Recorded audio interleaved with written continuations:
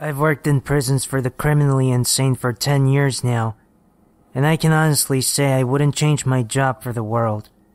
With any hard work, rehabilitation is possible, and I believe true justice can be served.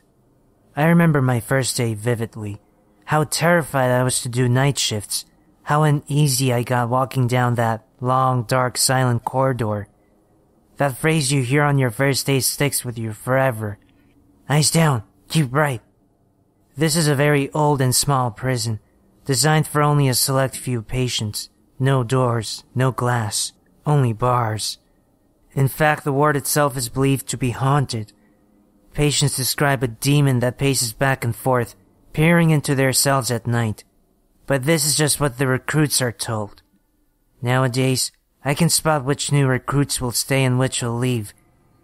It intrigues me seeing how fresh new recruits handle certain situations, and how passionate they really are to rehabilitating the unspeakable. You'll need that passion that I have. I don't want to go into too much detail here, to save certain people's dignity, but let's just say, I've seen more recruits leave than stay. I'm on a late shift now, with just one other officer, flicking through patient files again and again. This is the boring part. I like to put each folder in piles I deem the worst crimes. This has just become second nature to me now. I could show you some files that would easily shatter your nerve as a new recruit. These patients are on my ward. They're extremely fragile, yet incredibly dangerous due to their crimes. If you're gonna help them, you can never forget that.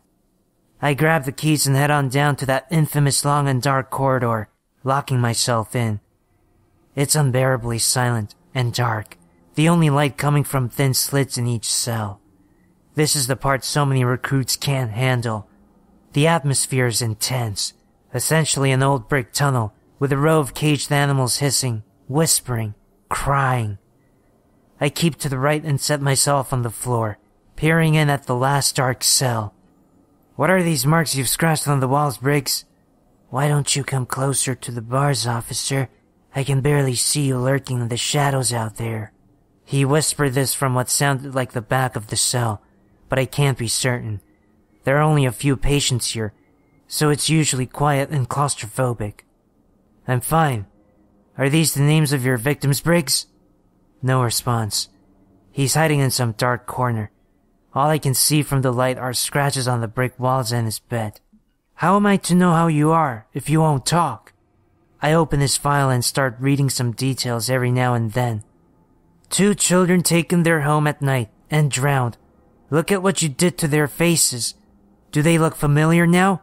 An abusive family is no excuse. I know what your father did to you. I can hear a slight whimpering coming from his cell as I recall his childhood. I didn't do anything. But you did. That's why you cry in your sleep. What do they say? We'll be together soon. I watched them for months. His sobbing is getting worse now, and I can hear movement, almost as if he's dragging his knees across the cold, hard floor from one side of his cell to the other. I feel spiteful now, his voice starting to irritate me.